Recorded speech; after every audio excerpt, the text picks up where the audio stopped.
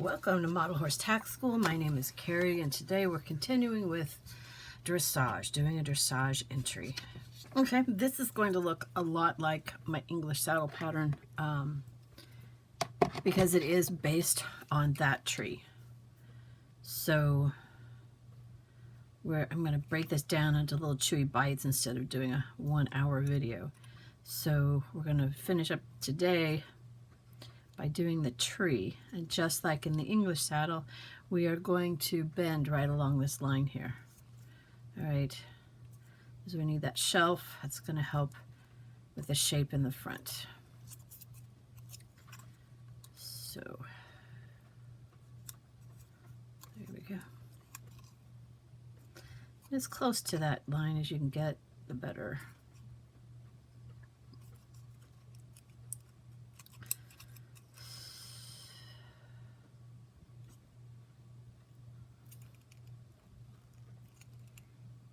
If the paper falls off, it's okay. You don't really need the paper.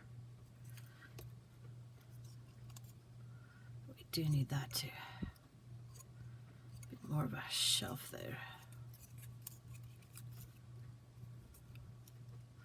You'll see that this is more cut back than the English tree, but it's basically the English tree. It's the English tree straight with a curve in the back, straight on the sides, curve in the back. Because that's pretty typical of what you see in dressage saddles. All right, now we need something to round the seat and maybe even have it a little bit straight up. And now, per this pattern piece here, per those lines, this is where we're going to glue our padding.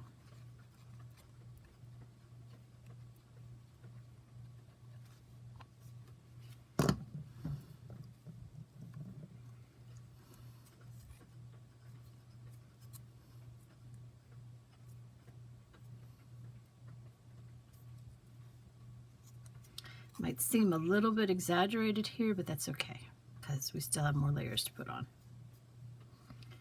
And make sure everything is symmetrical. That's a little off. Okay.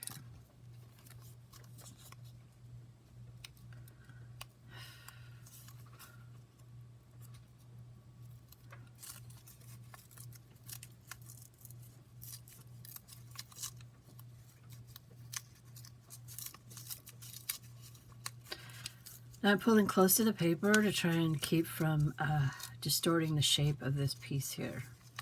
So that's just a trick I learned. This glue is still actually wet, which is why it's sticking so well. All right, now, like all of my trees, we glue here,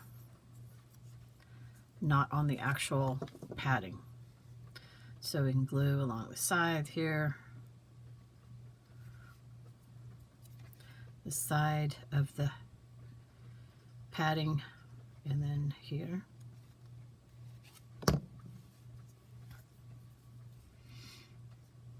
And you want to cover your trees right there. That's what you're going to cover. Okay. And then go ahead and pull it down.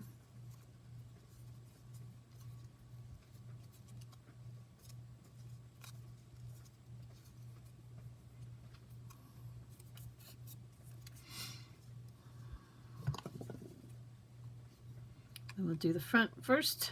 Do the first two.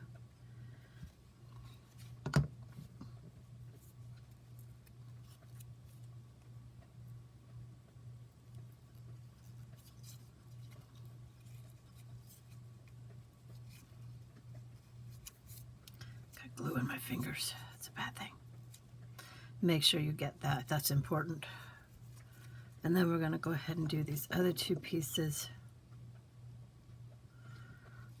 And I'm going to pull them inwards like that so that they lay right in there. And that will cover this edge here. So we'll take this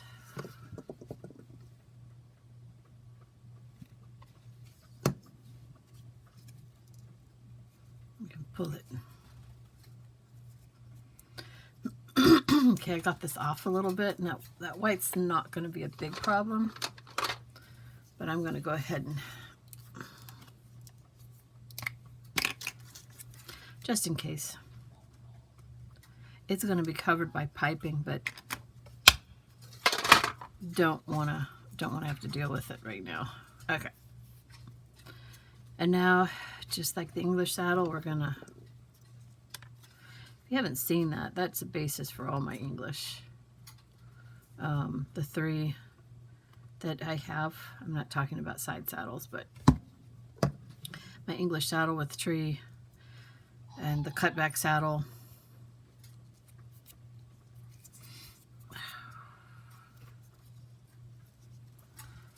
See, like that. So I'm trying to make sure it fits this curve as tightly as possible. See that curve? So, and that's why I've got the dart there.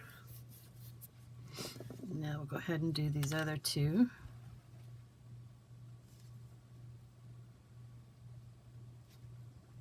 And I'm going to pull them tight. So I get a good tight fit on these sides here, right? And now, we really only need a little bit here, but the rest is like for handholds. So, I do one side, and then I do the other side. And then I get it centered, and I split the difference with something. So, I'll do the split the difference there. And then I'm going to take my no-toothed pliers here, and I'm pulling it so that I pull any of the seams away from the edge. So it should look seamless. They're not seamless anymore. They were when I first started, so I still try to get seamless.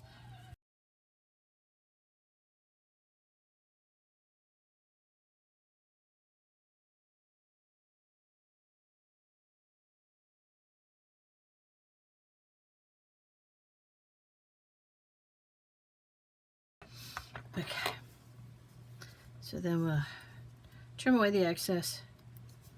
So I don't have excess there. I'm going to trim this away. And then I'll trim this away. Okay, I'm going to check. So this is a little bit thicker than my foam. So I need to skive both of those on the edge so they lay flat. And really just kind of want to thin down the edge. Oh, this is very hairy stuff too. Alrighty.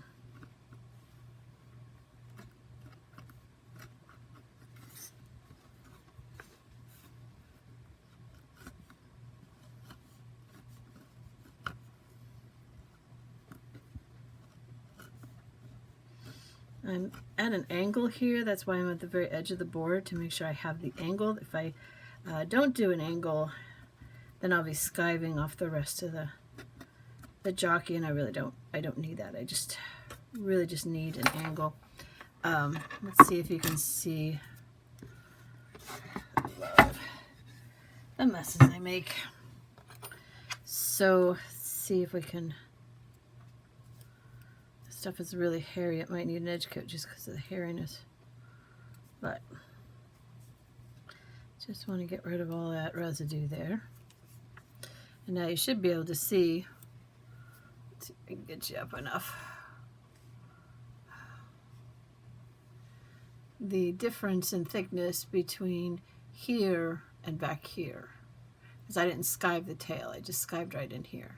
That's what we're going for. Okay. All right.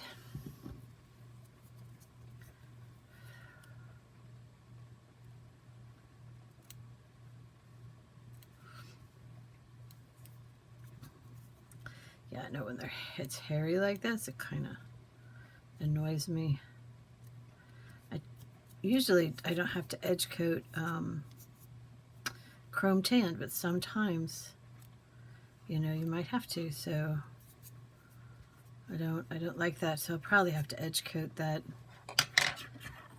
like with real edge coat, not to hide the color, but to glue down those hairs. In fact, I think I will do that. I will be back. The edge coat black, it's kind of like black glue. And so if you ever do have a piece of leather that the edge is just a little bit too hairy, now there's gum Tragasynth. You can use that and then try and friction off. Basically, you smooth out the edges with friction using that. It smells really nasty, and I'm not real big on smelly chemicals, and this edge coat isn't too bad.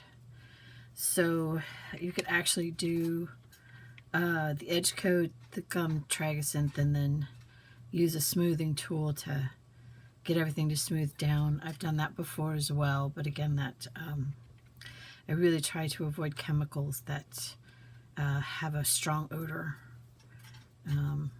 I guess it's just getting older. Your body can't rebound from exposure to harsh chemicals like that. When you're young, you can do it. And then you get older, it just takes longer.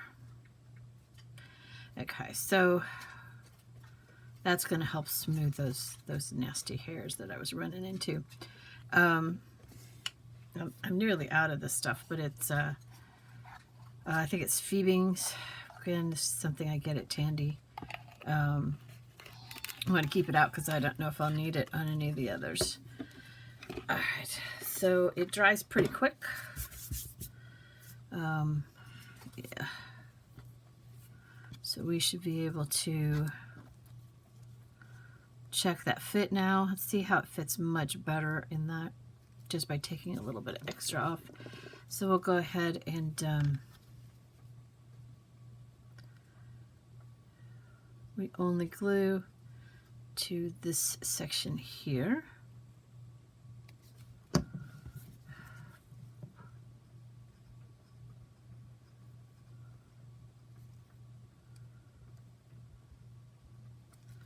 You can see it fits in there. It's not exactly to the top.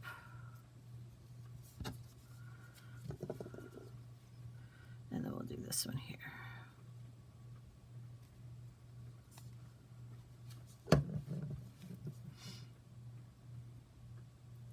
And this is the way I do tag, is I adjust as I need to. Like if in this case the material is misbehaving, well then I adjust for that.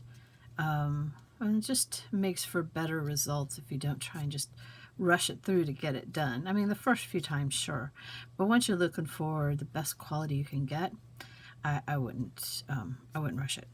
All right, so that is it for today. We got it cut out, we got the seat going, and we'll continue it next time. Thank you for spending time with me today. Like, subscribe, tell everybody about the channel, and have yourself a really good evening.